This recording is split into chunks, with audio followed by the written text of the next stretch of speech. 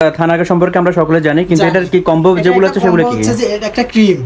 এটা ক্রিম, এটা কি আগে না পরে?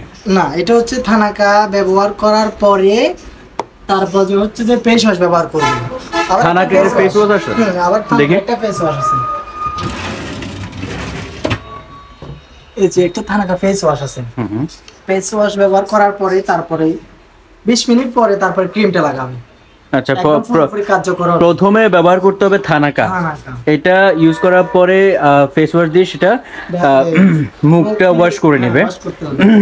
তারপরে আর এটা হচ্ছে ক্রিম, যেটা এই দুটো প্রসেস শেষ করার পরে তিনটা একটা কম্বো প্রসেস করা শেষ করার পরে এই জিনিসটা ক্রিমটা মুখে লাগাবেন। এটা কার্যকরী কিরকম? খুবই ভালো। যদি হ্যাঁ, সবাই ভালো রিভিউ দেয়। এই তিনটা কম্বো প্যাক যদি সবাই একসাথে নিতে চায়, এই তিনটা কম্বো প্যাক যদি একেবারে নিতে চায়, তাহলে কত রাখতে পারবে? মানে ব্র্যান্ড পার্ক কত ফ্যাসিলিটি, প্রাইস কত ডিসকাউন্ট দিচ্ছে একসাথে নিলে? হ্যাঁ, একসাথে নিয়ে আমি একটু হিসাব করে দেখি। হচ্ছে 300 প্লাস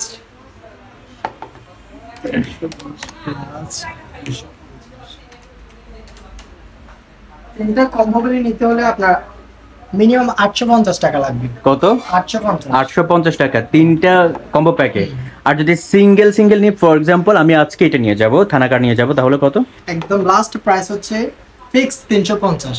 350 লাস্ট।